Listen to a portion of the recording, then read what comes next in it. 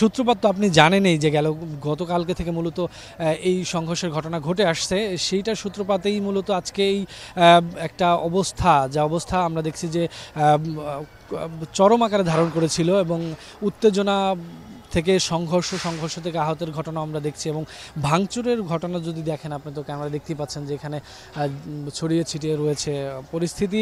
শেষ মুহূর্তে যদি বলি যে এখন পর্যন্ত স্বাভাবিক বলা যাবে না, স্বাভাবিক তো নাই, বরং প্রশাসনের যে আশেপাশের লোকজন পুলিশের সদস্য তারা কিন্তু ঘটনাস্থল পর্যন্ত আসেনি। আশেপাশে আমরা দেখছি যে তারা এখন পর্যন্ত যে পরিস্থিতি নিয়ন্ত্রণে নেবে সেই ধরনের উদ্যোগ আমরা কিন্তু দেখিনি। যা দেখছি যে স্টুডেন্টরা এক গ্রুপ ধাওয়া করছে, আরেক গ্রুপ পেছনে যাচ্ছে এবং অন্য গ্রুপ আবার ধাওয়া করলে আরেক গ্রুপ পেছনে যাচ্ছে।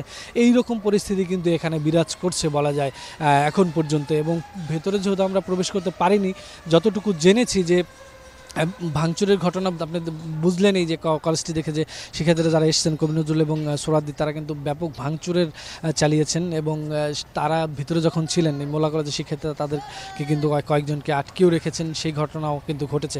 তো পরিস্থিতি এখন পর্যন্ত শঙ্কামুক্ত না এবং আশঙ্কা করা হচ্ছে যে ভেতরে ভয়াবহ কিছু ঘটনা ঘটতেও পারে। এজন্য প্রশাসনকে কন্ট্যাক্ট করার জন্য আমরা দেখছি যে বিভিন্ন মহল থেকে চলছে, অনেক শিক্ষার্থীরা থেকে শুরু করে যারা এখানে আমরা গণমাধ্যম কর্মী রয়েছে তারাও কিন্তু চেষ্টা করছে যে প্রশাসন এখানে আনানোর জন্য, সেই প্রচেষ্টা আমাদের রয়েছে। এবং যেটা আমরা দেখছি যে পরিস্থিতি যেখানে তাদের সাথে কথা বলবো কাছাকাছি গিয়ে সেই সুযোগটা খুব কম, কেননা সবাই উত্তেজিত এবং সবাই আতঙ্কিত যে আসলে ভিতরে কি ঘটনা ঘটেছে। এখন বাইরের যে পাল্টা ধাওয়া সংঘর্ষ সেটা কিন্তু এই মুহূর্তে নেই।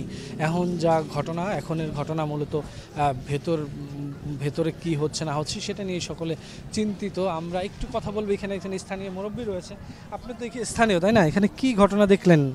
আমি ঘটনা দেখলাম ও দুই পক্ষের ছাত্ররা গন্ডগোল হইতেছে, কলেজ ভাঙতেছে, এই তো। আহত ঘটনা দেখছেন? দেখছি আমরা লয়ে গেছি। কয়জনকে দেখছেন? 5-6 জন। কতজন শিক্ষার্থী এখানে ছিল মূলত 2-3 গ্রুপের? 10,000-এর মতো। 10,000। তো পরিস্থিতি শুনছিলেন যে প্রায় তাদের ভাষা মতো, স্থানীয় যারা রয়েছেন তাদের ভাষা মতো প্রায় 10,000-এর মতো শিক্ষার্থী ছিলেন। আমরা আরেকটা ভাইয়ের সাথে একটু কথা বলি, এক সেকেন্ড একটু কথা বলি। পরিস্থিতি কেমন দেখছেন? পরিস্থিতি ভয়াবহ। আমি নিজেও এতক্ষণ ভিডিও করছিলাম। উপরে বেশ কয়েকজন হচ্ছে আপনার সোহরাওয়ার্দী কলেজ এবং কবি নজরুল কলেজের শিক্ষার্থীরা আটক আছে, আর নিচে দরজা লাগানো হয়ে গেছে।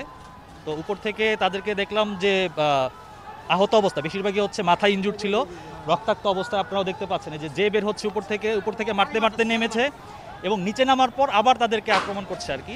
এরকম একটা পরিস্থিতি এখানে দেখলাম এতক্ষণ। আমি নিজেও কতক্ষণ ছিলাম এখানে, ভিডিও করলাম বা দেখলাম। এবং তাদেরকে কোনোভাবে সংবরণ করা যাচ্ছে না, অনেকভাবে চেষ্টা করা হচ্ছে, সংবরণ করা যাচ্ছে না।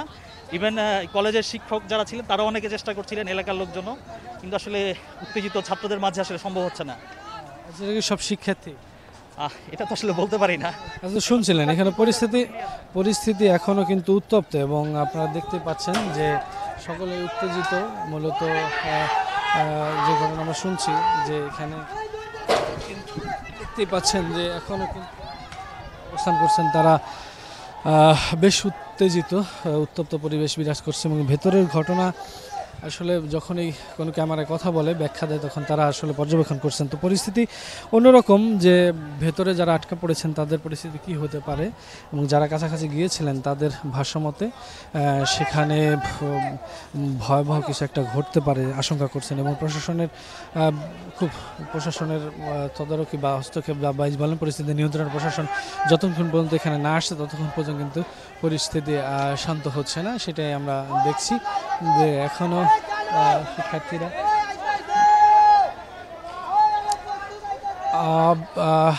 আমি একটু যদি বলি যে এই যে ঘটনা, যে সংঘর্ষের ঘটনা কবি নজরুল কলেজ, সোহরাওয়ার্দী কলেজ এবং এই মোল্লা কলেজের দ্বিতীয়মুখী সংঘর্ষ, এই ঘটনা কিন্তু আজকে সূত্রপাত না, গতকালকে মূলত এই ঘটনা